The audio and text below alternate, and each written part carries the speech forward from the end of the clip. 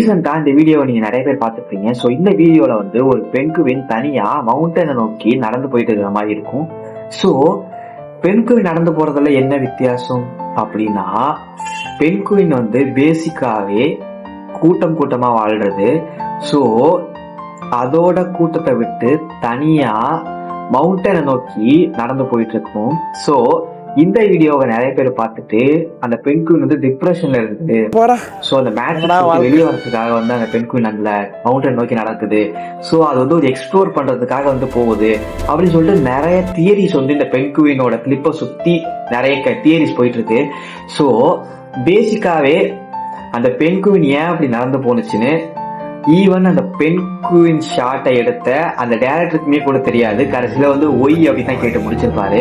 So இந்த வீடியோவை பொறுத்த வரைக்கும் இந்த கிளிப் வந்து வைரல் ஆகிறதுக்கு காரணமே இதை சுத்தி சொல்லப்படுற அந்த தியரிஸ் தான்.